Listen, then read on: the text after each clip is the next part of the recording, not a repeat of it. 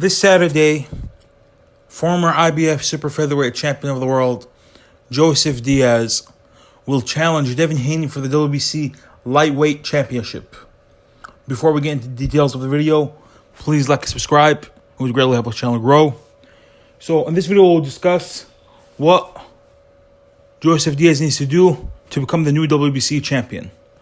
First of all, as always, we will discuss their recent fights for the Joseph Diaz and see what momentum does he have going into this fight. Joseph Diaz has a record of 32 wins, 1 loss, 1 draw, with 15 knockouts. He is 29 years old. He's 5'6", with a 64-inch reach. Right away, many people will write Diaz off just because of the reach. Where Devin Haney is 5'8" with a 71-inch reach, he has a 7-inch reach advantage over Joseph Diaz. Now, Joseph Diaz is coming off a good win over Javier Fortana. I thought he practically won almost every round, and Fortana was a tough fighter. A lot of people were picking Fortana to win, but Joseph Diaz looked impressive. In the fight before that, where he had a draw as the super featherweight champion, he lost his title on the scales when he fought Rahimov. Watching it live, I thought Rahimov won that fight, but it's been a minute, so I'm not going to really discuss that fight too much. But the fight I just recently watched for Joseph Diaz Jr. was his fight against Devin Farmer. Devin Farmer, a southpaw like him. Devin Farmer, a guy who had a reach advantage in that fight on him, just like Devin Haney does. Devin Farmer, a very defensive fighter, just like Devin Haney is. Very quick fighter, very slick fighter, all like Devin Haney. And rewatching the fight, when I watched the fight live, I thought Joseph Diaz nicked it 7-5, 8-4. I just rewatched the fight. I struggled to give Devin Farmer a round. I thought he dominated Devin Farmer. He was landing all the crisp shots. Devin Farmer was just trying to touch him, just like pat, and hoping to steal the round. And before that, he had a bunch of fights against unheralded opposition. Most famously, he lost to Gary Russell Jr. by unanimous decision when he fought Gary Russell Jr. Now, let's discuss exactly what Joseph Diaz does well. Joseph Diaz Jr. likes to jab to the chest. If he doesn't get you to the face, he will jab to the chest. He fights in the clinch. Devin Haney, his defense for guys when they get on the side, he likes to clinch. Joseph Diaz is always fighting in that clinch. He's always trying to land something in the clinch, and he usually lands something hard. Like Devin Farmer at the beginning wanted to clinch excessively, but Joseph Diaz, bam, the clinch, he clicked him twice with left hands over the top. And Devin Haney also likes to do shoulder roll. He likes to bend to the waist. Joseph Diaz does not stop when you do the shoulder roll. He will throw an overhand left and try to hit his opponent when they're bending on the waist. So that's a few stuff Devin Haney should look for, because Joseph Diaz, he likes to jab to the chest. Even if he does not get your face, he will jab to the chest. One thing about Devin Haney, Jorge Linares was landing lots of left hands. That's Joseph Diaz's money punch. He was landing lots of left hands. He let the jab come in too much, Devin Haney, in my opinion.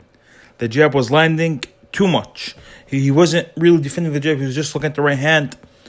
And that sets bad habits for an orthodox fighter when he's fighting a southpaw. When you don't defend the jab, like we just saw with Anthony Joshua when he fought Alexander Usyk. Anthony Joshua usually does not defend the jab like other punches. Alexander Usyk was tattooing Joshua with that jab. Boom, boom, boom. Even though Joshua had a 4-inch reach advantage over Usyk. But what Haney does do that's very well, and I don't know how Joseph Diaz is going to counter that, is he's very aggressive on the back foot. He'll be fighting on the back foot and throwing combinations.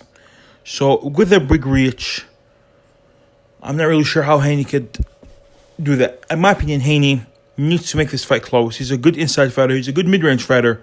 Even though I like his long-range fight, with a 7-inch reach, I think Haney can pick him apart if they were to fight long-range. And Haney, he's at best in his long range. He's a fantastic long-range fighter.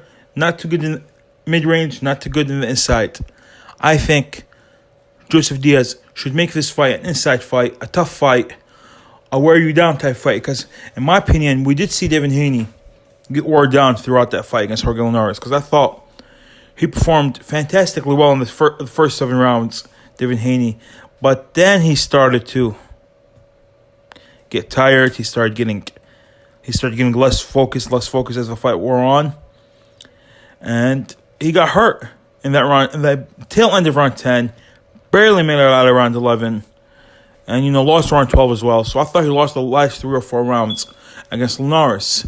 So Joseph Diaz, if he can get in and body attack, if he can always be on the inside, always be on his chest, and make this a dog fight from the beginning, he has a chance to wear out Devin Haney a little later we get into the fight.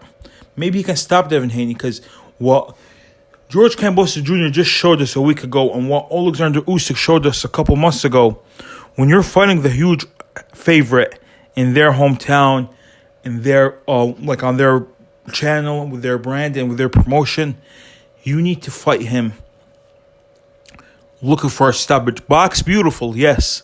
Kambosos and Usyk both box beautiful, but they both had stoppage in their mind.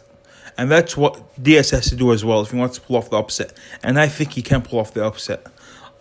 I'm not going to be picking Joseph Diaz or Devin Haney for that matter. You guys got to wait for the prediction video. But I'm just saying that this fight is going to be a close fight. It's going to be a good fight. Joseph Diaz, if he wants to win, he has to make it a tough fight. He has to make it a dog fight. That's his best hope of winning. And I think he can do it. I don't think there's that big of a gap in skill between Joseph Diaz and Devin Haney. I don't think so. I thought George Kambosos had no chance. Even though I ignored Chris Andre's video. Chris Andre, a British YouTuber, a lot of the points he gave in his video came to fruition in the George Kambosos versus Teofimo Lopez fight. He said George Kambosos was very quick. He says he has a very quick right uppercut. He also has a really good overhand right, the same overhand right that dropped Teofimo Lopez. We all overlooked it. So I think Joseph Diaz should not be overlooking this fight. Obviously, he's not the favorite due to the reach. In my opinion, I think that's the big difference. If they both have the same reach, I wouldn't pick Devin Haney in this fight. I would pick Joseph Diaz strong-heartedly, but that reach is a huge gap. So I don't know how he's going to overcome it, but he shouldn't have to overcome it. He should just fight on the inside. I know he's a really good fighter. He's a good boxer. He can jab. He has a good left hand. Has a good right hook. Can move Joseph Diaz well. He has a lot of good attributes, but he should make this a dog fight. He should fight on the inside. Let me know what you guys think in the comments below. Do any of you give Joseph Diaz a chance? And what game plan would you give Joseph Diaz Jr.? Like, subscribe, enjoy the video. Sadiq Boxing out.